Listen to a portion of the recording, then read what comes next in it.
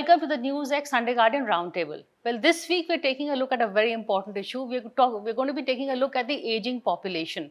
As you know, this in fact, just a matter of fact, the population, this is the first generation really where the parents are the products of a nuclear family. They're not living with their children. The children, in fact, are the ones who are living abroad. So parents are left alone, elderly parents.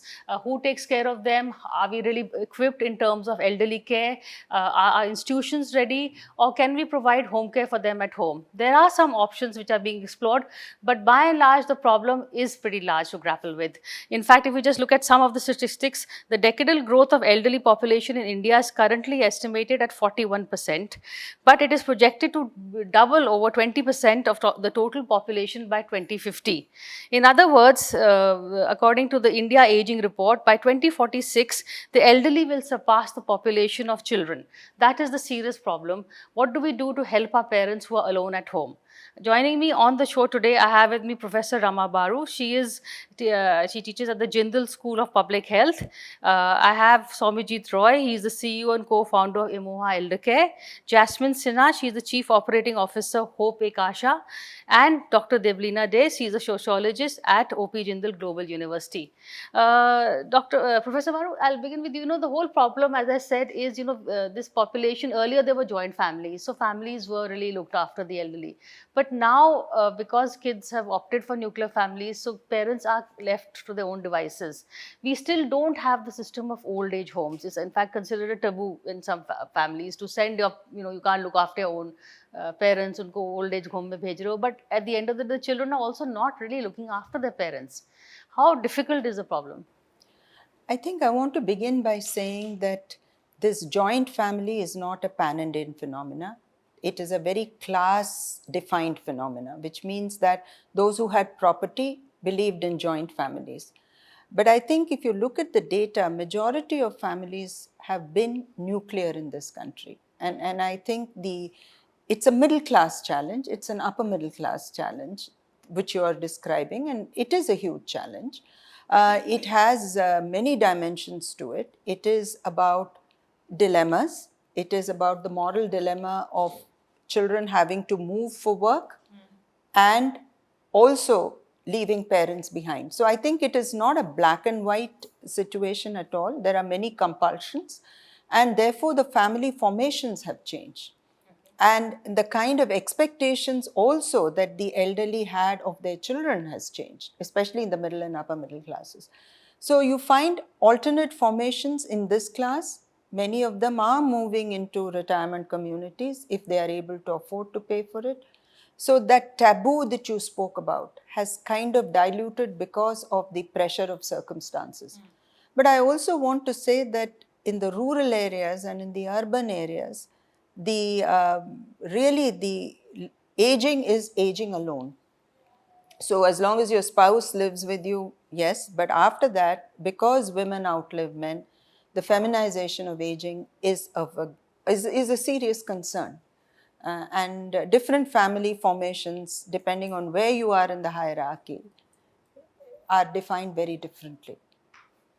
Soumyajit, yes, there are institutions, of course, but then not everybody can afford an Antara also. And I think the affordable old age home is still, not yet come up so much. But what you do is you provide care at home. You provide caregivers to look after the elderly in their own houses. So a bit about what you do and, how, first start with that.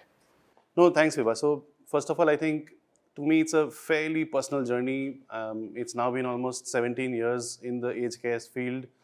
I'm an architect, and when my mom started having early diagnosis of dementia, while I was in the senior living space and I was part of the beautiful journey of Antara, to me it was very, very clear that I would not be able to. My parents would never move out of their own home. And the reality is, in India's 140 million seniors, 99th percentile will stay in their own home. So I chose a journey which is aging in place. Globally, it's called aging in place. And what better than, kind of aging magnificently in the comfort of your own home. Your home is where every memories is there, everything is there. And if you can find a way that India can age and in your own home, in your own neighborhood, that's the best way to make it work. So Imoha, the word itself, if you turn it on, it's a home. and it's about emotional happiness of the elder in their own home. So we decided to have a model which is neighborhood oriented. So neighborhood by neighborhood, have Emoha daughters who come from the same neighborhood. Go to the elders, visit them, regularly, call them every day. Have nursing coordinators who are specialized, who can take care of the, more acute elders, like my mom who has Alzheimer's. So that whether it is an elder who is early part, like very independent elder, who wants activities and events and daycare and picnics and get-togethers and travel, or it is somebody who is very, very late stage, who needs constant medical support, we are able to manage that whole continuity of care, what we call as a care continuum. So Emoha straddles across this whole space today. We're present in about 40 cities now, have about 300,000 elders, homes where elders stay in their own homes. And we have Emoha daughters and nursing officers who come from the same neighborhood and take care of them through technology, through sensors, through care partnerships with local hospitals and so on. So we're trying to make aging normal. This is normal, all of us will go through it. And what better than age in your own home? So, Devlina, the issue really at hand is, parents or elderly living alone. Emoha is one option. I will ask Jasmine about Hope Kasha also. But in terms of solutions, in terms of the demographics, how serious is the problem? Or how serious is the gap between, I think, when elders are left alone? I think it's a huge problem. It's a growing problem, and it is. I mean, in the urban areas, of course, we do see a lot of migration of children, whether to different cities or abroad, and so on. So yeah, it is. It is an extremely pertinent problem, but I think it's very important that when we talk about aging alone or being alone when growing old. I think it's important to not paint older people as if they are a homogeneous lot.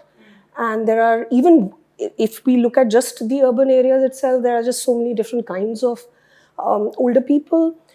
So what I'm trying to get at is, to have an intersectional lens where we look at how our biographical identity, whether we belong to a certain gender, caste, class, region, religion, etc.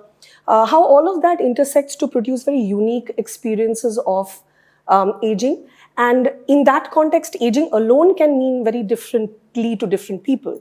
So if we just look at aging, what aging alone for a woman, and older woman means, as opposed to for an older man, it would be very different. And then within the category of women... Can you explain that? So for example, within the category of women itself, women who own property have different kinds of issues. Women who do not have property or financial security have different kinds of issues.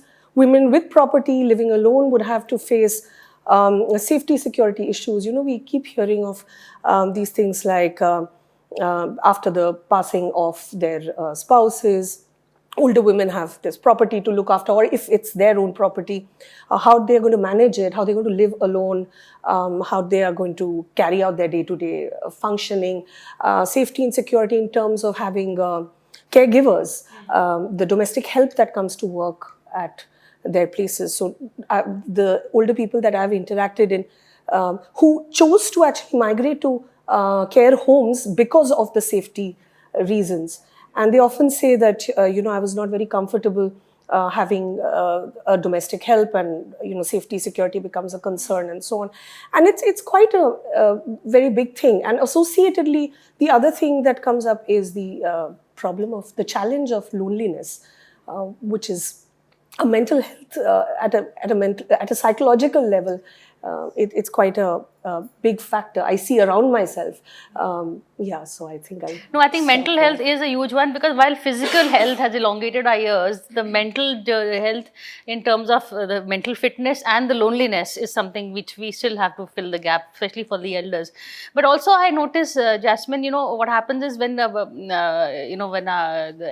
you grow older, when our parents' generation, the kids, for whatever reason, either they're busy with their responsibilities or they've got family or they're abroad. So your immediate family is within your four walls. And unfortunately or fortunately, that becomes your domestic help or your caregivers. So, which is again very lonely, because you're not, apart from everything else, you're not talking, you're not having the same mental stimulation also.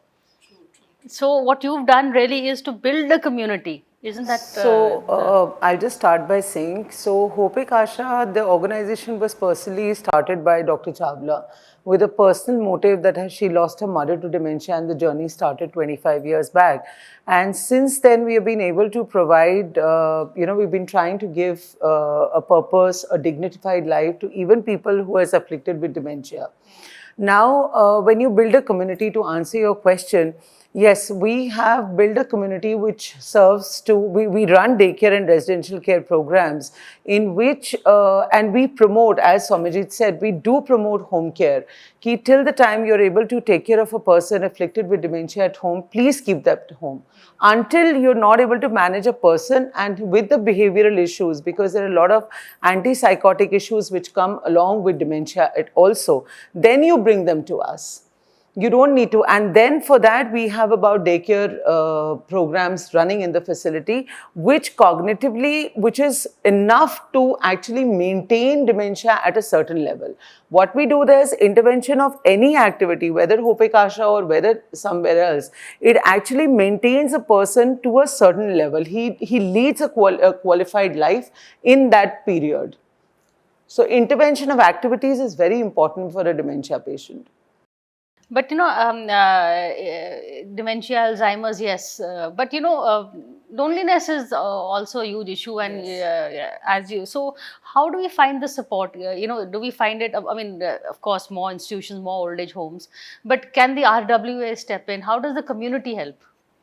I want to just step away from the urban context to a situation in Kerala, Okay. where I think they have created programs for older persons. These are all government directed programs using local governments, the panchayats, to actually create what you're speaking about. That is, it is to scale. See, I mean, that I think that is the contrast I want to bring. And what they have done is they have created these daycare centers. But those daycare centers are reading rooms. They are spaces where elders step out of their homes, come together, read. Yeah. And then they've used women's self-help groups To help. to support them. And in fact, this present government that has just taken over is planning to use these Kudumbashris to upskill their tasks,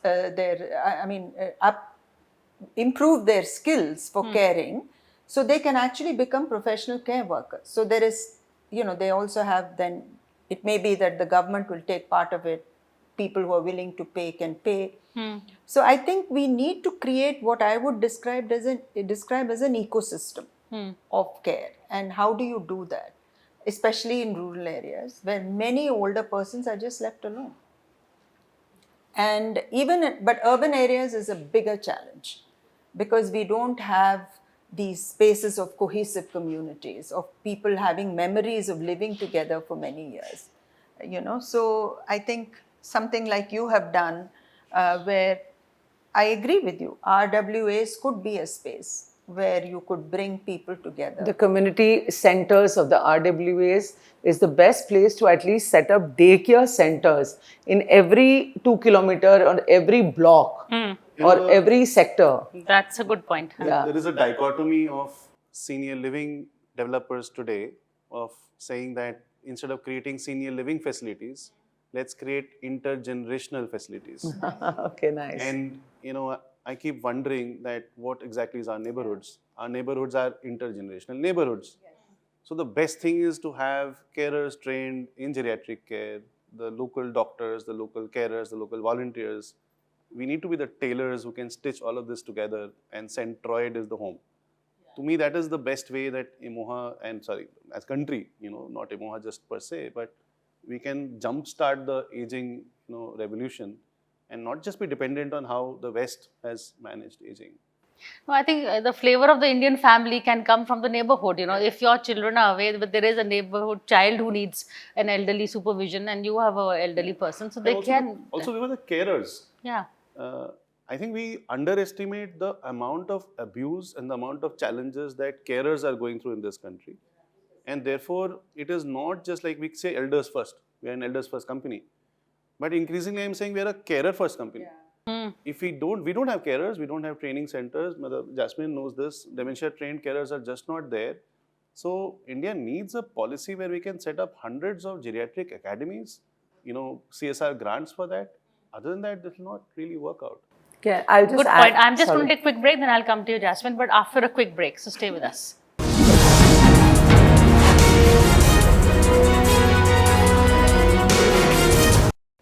Hello and welcome back to the NewsX Sunday Guardian Roundtable.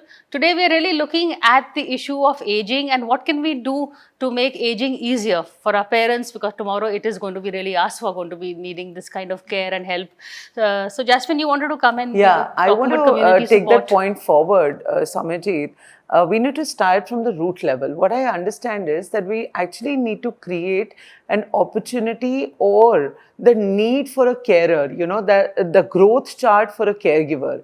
So it has to be incorporated like the way we say, ki, acha, aap doctor ban jayenge, become a doctor. There's a growth chart. Even if you become an architect, you have a growth chart. But there is no growth chart for a caregiver. So that has to be instilled in a society. It's whoever caregivers are coming out of their homes and all that, they are not doing this job out of passion. They are doing this job out of some kind of financial need that they have to cater to. And hence, the attrition rate of this sector, of this unorganized sector, is so high. We have almost trained so many people over the last 2 years. We started this vertical of training caregivers. But however, the attrition is so high that we cannot lend it to people like your organizations. So it has to start from the grassroots level. Which is what I think he said. That's a good point to Yeah. have a. The word general duty attendant. I hate this word. I hate this What one. does it mean? General duty? This is Hospitals GDAs. have had nurses Ah. and GDAs. Yes. Now, my mom doesn't need a general duty attendant. My mom needs a geriatric trained, what I call a geriatric care partner. Yes. I've been telling everybody, please can we delete this word? Can we have respect? Call them a partner. Absolutely. Because I need that, lady in my mom's case, there's a lady called Rita. She hugs my mom when my mom gets aggressive. Now, a general duty attendant is not trained for that. It's not trained for playing games. So, very core. You're right, just mean that unless we look at it at a core level, Yes. unless we can work with the National Skill Development Council, Yes. Government of India, and have that done at a core neighborhood level, it's not going to happen. So very recently, I was attending this thing. NCRT this year has implemented a caregiving course in their 11th and 12th. It's a DWSSC, we were just saying, and somewhere in Rajasthan, they are implementing in the NCRT books that caregiving can be one of the careers. What is it? So this year or the next year, they'll be implementing in 11th, 12th books. I think we should clap to this. Yeah, actually. Finally something, yeah. Finally something is happening. Yeah. But Devlina, there's also talk of the silver economy. Why, you talked about the mental decline, which is because after retirement, there is people who are working hard all their lives suddenly let go. I saw that with my mother. She was working all her life and then she's just sitting and watching TV. Obviously, you will, because there's nothing to do. And every time she asked, do you want something? Can I help? I said, no, I'm fine. I'm thinking I'm helping her by not troubling her, but actually they want to be needed. So is there something that, is there any way of, having maybe interns, give them interns or some kind of jobs for the silver I think experience? It's a very pertinent point. I mean, it's pretty common, and I think a lot of aging individuals do have this. I don't know if I should say fear, but they're not comfortable with the idea of becoming irrelevant. Irrelevant. Thank you. Good point. So I think, and I see that in my home as well. My parents in their late 60s. They're very fit as individuals in the sense that they want to do this and that, and so when I used to do my own research work or go out for other kinds of work, because mine is mostly to do with interaction with older people, with NGOs and so on. Now, so what do you do? That's also a good question. Sorry? What exactly is my work? Yeah. It's mostly research. Researching on different dimensions of eldercare. I study the care market, institutional care, and so on and so forth. Even the law, for that matter. My father, he would often ask me that, can I come along with you? Is there something that I can, if the NGO can accommodate me in the sense that can I do something? I don't know what that something is, But then there's this desire, and I've heard of this in other contexts as well. So yeah, I mean, engagement is a very important thing, but again, there's a thing there that is not everybody would like to be equally engaged. So we need to be mindful of that. Some people like to be very cut off Now, and huh. not necessarily socialize or do something very active. Everybody has their own meanings, but then I think a lot of people do want to be heard and seen and participate in social life in whatever way is possible.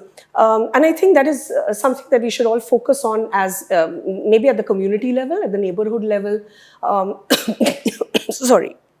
Getting them engaged in some kind of activity, helping each other out. The other thing that just came to my mind, my mother often tells me that when she goes out for a walk, she sees different kinds of people in need for something. And she would say that, I wish I could do something for them. Can I, there are all these ideas that, I can reach out to them. Maybe, that person is way more older than me. Maybe I can accompany that person to the hospital and those kind of things. So maybe we need to work out a certain kind of thing in a more systematic level with the help of the local governance structure over there, so that it becomes a bit more systematic as well. But I agree with this, but most of the answers are lying in the community. Absolutely. Absolutely. So how do we, I mean, I noticed the government of Telangana started a helpline. Yes. Where you can actually call up for seniors and elderly care for whatever. But is there some way, how do we take this forward? Because there is a law for maintenance of parents in 2007. I don't know how many people abide by it and how to implement it. We've seen industrialists being dumped by their kids. So, what Absolutely. about the average person? Now, I just want to add one more dimension to loneliness is insecurity. Yes. And I think insecurity, fear, and you'll see a lot of, I don't like to use clinical terms, but you see depression among older persons. And I think I want to connect it to what Deblina said. This sense of still being needed. You see, once your children go away, they're independent, and I've seen this, and it's an interesting area to study for a sociologist, that the whole NRI mindset is one of hands off. It's not just that they are involved in their lives there, it is an American way of being. And I can see that, that really irks people who are older. And they feel that they are no longer needed. If they are needed, they're needed to come and take care of the grandchildren there when they are young. So there is a lot of transactional relationship that comes into these dynamics. So it's a bit complicated. But I think when you have an elderly person who's sick, there is a very strong subliminal or maybe overt depression, which cannot be medicalized. I mean, I'm coming back to your point. I think, how do we build systems of care where it is possible to build those systems? I still feel there are spaces for older persons. And even that is a young elderly taking care of an older elderly. I think to expect children to do that may be a little harder. Also, I think the way I see it is that affordability is a big issue. Yes. So we keep talking of carers. We today have close to about 2,500 homes in different parts of the country who, end up spending anywhere between 30,000 rupees to a lakh rupees. Yes. Now, for an elderly, how do they spend so much money? So to me, affordability is as important as availability, accountability, and applicability. I look at these 4 A's very closely. And to me, I think, Priya, the single biggest thing is we've seen large sectors become formalized. Today, the biggest, opportunity that investors out there can look forward to is to be part of the silver economy that you mentioned and see how they could, potentially see the rise of this as the next big, startup industry wave. No, it If is that actually. happens, then the sector becomes more, we've seen cab rates become cheaper. We've seen food become more available. If a pizza can come, why can't care come? Why can't it be more personalized? Why can't it be more geriatric specialized? So I also see the need for private equity, venture capital, investor community to understand that there are today large firms who can give them the kind of returns they're looking at and make this a large segment, which it truly is. I think that need post-COVID, that awareness has really come. You know, people are now more open to hiring professional home care. Early on, you know, they would also, you know, tell the maid to stay the night or look That's after. Now you actually are open to the idea of that there is this option available. That's right. And we should do it. But Jasmine, end of the day, there is also, you know, not for dementia patients, but otherwise for the elderly, there is a digital divide also. You know, a lot of feel cut off. How do you, you know, communicate that in terms of, is that a big issue? So, yes, there is a big issue. When you talk about community, I would like to take this point here. You know, until we train people in the community, as in somebody, their grandchildren or somebody else's grandchildren, to sensitize towards a bunch of elders, cannot this problem be solved, actually, what I feel that way. And yes, there is a digital gap between the elderly and this thing, and that's how they are not able to read. So I think they should be confined to what they are. They should not be actually forced to go into digital, that you cannot, you make them realize as to you cannot do that. The basic things can be taught to an elderly as to using a Paytm or other digital apps. So educating them to a certain extent will help. But depending upon how they are absorbing the entire thing. No, that's fair enough. But just one quick thing, what Devlina had pointed out, that, you know, maybe, or even what you said, not so much the children, because children really have their own lives also, but the, you know, people who just retired and are looking for an option, getting them involved into look at helping after people who are maybe in their late 80s. Do you see that working out? Certainly, that's as your mother was. Of course, for sure. Because the irrelevance factor, I think it sets in when you're closer to retirement. You're already thinking about, you know, how I'm going to spend life after that. So it's like a strict sort of a threshold, and I think that is also problematic in itself. But that's a different debate. We have this very age, what it's called, age differentiated society. You know, different life periods or spans of time relegated to different work. So the initial part is where you get educated, then work, and then retire. Instead of that, why can't we have something like an age integrated society where you are free to pursue education, work, leisure at any point in. But these are philosophical, bigger debates to be had. But interesting point. Thank you for this. But this is something that, you know, issue we all are dealing with, whether with our parents or looking at our own future also. And I do think this is a concern that we need to talk more about, create more awareness, and with awareness comes a whole lot more solutions. So I do hope this talk will help. But thank you all for coming here today and for watching the show.